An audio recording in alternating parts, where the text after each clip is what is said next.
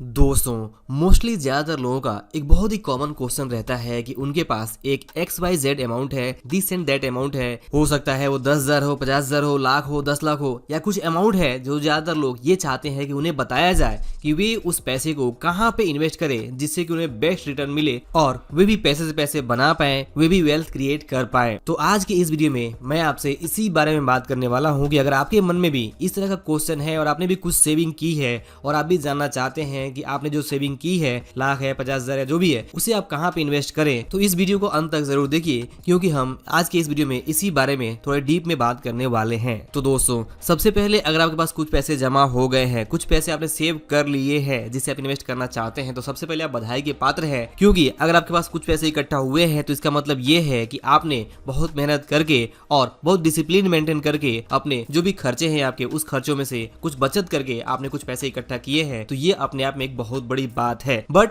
यहाँ पे आपको बहुत ही ज्यादा सावधान रहने की जरूरत है अगर आपके पास थोड़े बहुत पैसे जमा हो चुके हैं तो। और ये जो क्वेश्चन है कि मेरे पास इतने पैसे जमा हो गए हैं, अब इसे मैं कहाँ पे इन्वेस्ट करूँ, ये अपने आप में बहुत ही बेवकूफी भरा क्वेश्चन है और ये क्वेश्चन आपको सबसे पहले पूछना बंद कर देना चाहिए। अब इसके पीछे कारण क्या है, क्यों ये बेवकूफी भरा क्वेश्चन है, क्यों मैं इतनी हार्ड बात कर रहा हूँ? तो दोस्तों, इसके पीछे सिंपल रीजन ये है कि अगर आप नहीं जानते हैं कि आपने जो पैसा कमाया है, आपके पास जो सेविंग के पैसे बचे हैं, उसे आप कहाँ पे इन्वेस्ट करें, तो इसका सीधा सा मतलब ये है कि आपने सेविंग्स तो कर ली है बट आप वहाँ पे फाइनेंशियली एजुकेटेड नहीं है और आपके पास कोई भी क्लियर गोल, फाइनेंशियल प्लान नहीं है कि आप इन पैसों का क्या कुछ करना चाहते हैं, आपके पास कितना समय है और इस सारी चीजों के बारे में आपको कोई ज्ञान नहीं है, आपको फाइनेंशियल प्लान आपका रेडी नहीं है। इसके बाद तीसरी चीज ये है कि आपको अलग अलग जो इन्वेस्टमेंट के विकल्प है, चाहे वो बचत योजना हो, रिटायरमेंट योजना हो, कुछ गवर्नमेंट के प्लान हो, डिपॉजिट स्कीम्स हो, बैंक की स्कीम्स हो, स्टॉक्स हो, बॉन्ड हो, म्यूचुअल फंड हो, रियल एस्टेट हो, इस तरह की चीजों के बारे में आपको बिल्कुल भी ज्ञान नहीं है और आप यहाँ पे दूसरों से इजी एडवाइस चाहते हैं कि वे आपको बता दे कि आपको पैसा कहाँ पे इन्वेस्ट करना चाहिए। बट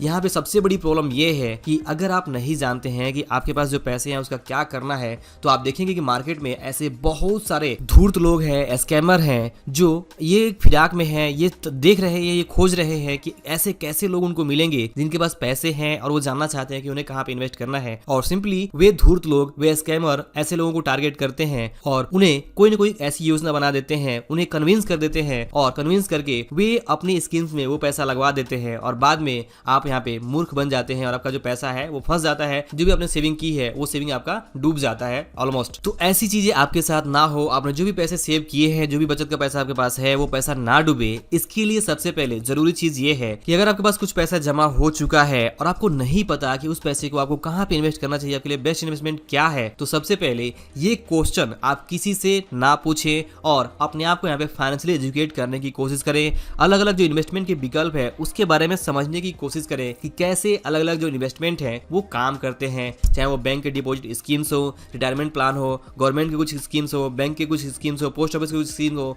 या फिर इस तरह के जो भी स्कीम्स है, या फिर स्टॉक्स हो, बॉन्ड हो, म्यूचुअल फंड हो, इनके बारे में आप जानने की कोशिश करें, समझने की कोशिश करें, अपने आप को फाइनेंशियली एजुकेट करें। ये है पहली चीज, ना कि आप हर किसी से ये पूछें कि आपको पैसा कहाँ पे इन्वेस्ट करना है। क्योंकि अगर आप ऐसी गलती करते हैं, ऐसी मिस्टेक करते हैं और बताते हैं लोगों को कि आपके पास पैसा है बट आपको पता नहीं है कि उसका क्या करना है, तो लोग कोई ना कोई आपको मिल जाएंगे जो आपको अलग अलग स्कीम्स, चाहे वो MLM स्कीम्स हो, डिपॉजिट स्कीम्स हो, पोंजी स्कीम्स हो, पिरामिड स्कीम्स हो, मनी रोलेबल स्कीम हो, या ऐसे बहुत सारे स्कैम टाइप के स्कीम्स है जिसमें कि आपका जो पैसा है वो आपको वहां पे रखने के लिए कह दिया जाएगा और आपको पूरा भरोसा दिला दिया जाएगा कि आपका जो पैसा है वो बहुत जल्द बहुत अच्छा रिटर्न देगा। तो यहाँ पे उस भरोसे के चक्कर में, ज्यादा रिटर्न के चक्कर में आप वो पैसा वहां पे इन्वेस्ट कर देंगे और होगा ये कि कुछ दिनों बाद से आप ये क्वेश्चन पूछेंगे कि आपने जो पैसा इन्वेस्ट किया है वो पैसा आपको वापस कैसे मिलेगा। रिटर्न की तो बात भूल ही जाइए, आपने जो पैसा खुद लगाया है वो पैसा ही आपको सेफली मिल जाए, ये भी अपने आप में बहुत बड़ी बात होगी। तो आप यहाँ पे इस नियम को जरूर याद रखिए कि if you have some money and you don't know कि what to do with your money, the best thing to do is not to tell anyone.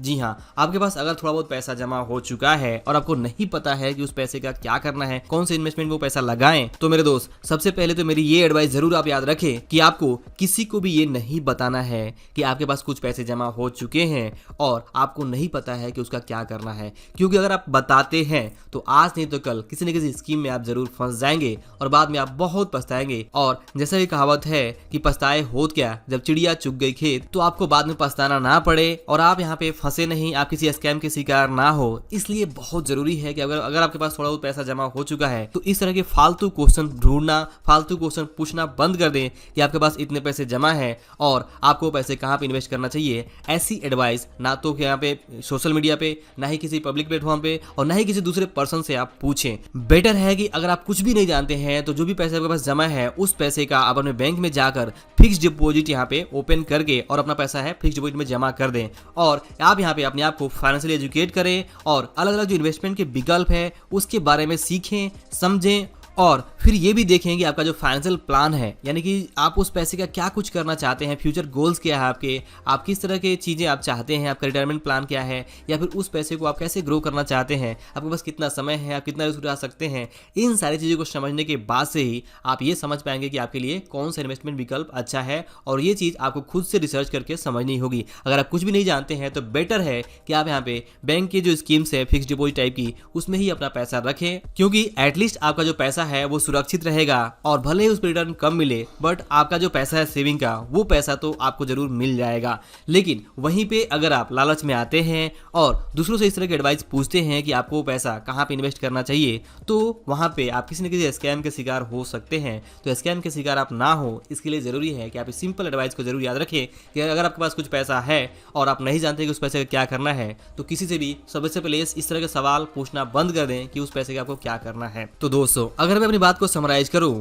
तो इस वीडियो में मैंने आपसे बात की कि अगर आपके पास कुछ पैसे जमा हो चुके हैं, चाहे वो अमाउंट कुछ भी हो, XYZ हो, दिस हो, दैट हो, 1000 हो, 5000 हो, 10,000 हो, लाख हो, 10 लाख हो, 5 लाख हो, कुछ भी हो, उस अमाउंट के बारे में अगर आप नहीं जानते हैं कि उस पैसे का क्या करना है, तो आप सबसे पहले इस तरह के सवाल किसी से भी ना पूछें और चुपचाप उस पैसे को आप किसी बैंक डिपॉजिट स्कीम जैसे कि FD फिक्स डिपॉजिट स्कीम में उस पैसे को रख दें। और बाद में अगर आप जानना चाहते हैं कि उस पैसे को कैसे ग्रो करना है, तो अपने आप को यहाँ पे फाइनेंशियली एजुकेट करें, आर्थिक शिक्षा के बारे में देखें, और अलग जो इन्वेस्टमेंट के विकल्प है जो उसके बारे में समझें, और बाद में जो इन्वेस्टमेंट आपको ठीक लगता हो उस इन्वेस्टमेंट में अपने रिस्क उठाने की क्षमता के अनुसार, अपने गोल्स के अनुसार आप वहां पे निवेश करना शुरू करें, धीमे धीमे छोटे अमाउंट से। क्योंकि इस बात में कोई भी समझदारी नहीं है कि ज्यादा रिटर्न के चक्कर में आपके पास जो पैसा आपने सेव किया है या फिर आपके पास कुछ पैसे इकट्ठा हुए हैं किसी भी तरीके से, तो उस पैसे को आप गंवा दे, अपनी पूंजी को गंवा दे। इसमें किसी भी तरह की कोई भी समझदारी नहीं है कि आप ज्यादा लालच के चक्कर में जो आपके पास में है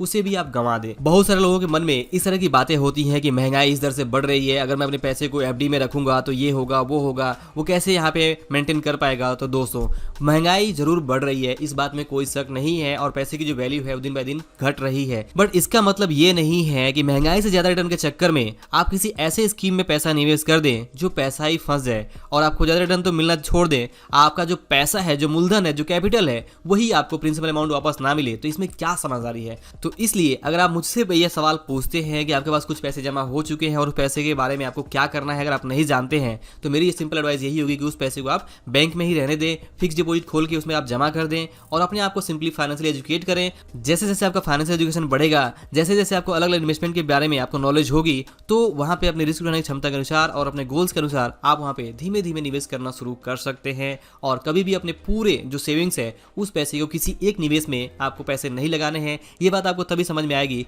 जब आप अपने आप को धीमे धीमे फाइनेंशियल एजुकेट करना शुरू करेंगे। तो दोस्तों, आई होप कि आप जरूर समझ पा रहे होंगे कि अगर आपके पास कुछ पैसे जमा है तो उस पैसे के बारे में अगर आप नहीं जानते क्या करना है तो आपको कौन सी एडवाइस यहाँ पे फॉलो करनी है। आपको सिंपली उसके बारे में किसी को कुछ भी डिस्क्लोज नहीं करना है। तो दोस्तों, अगर आपको वीडियो लेसन पसंद आया हो तो इस वीडियो को लाइक और शेयर जरूर करें। अंत में इस वीडियो को देखने के लिए और हमारे साथ जुड़े रहने के लिए आपका दिल से बहुत बहुत धन्यवाद।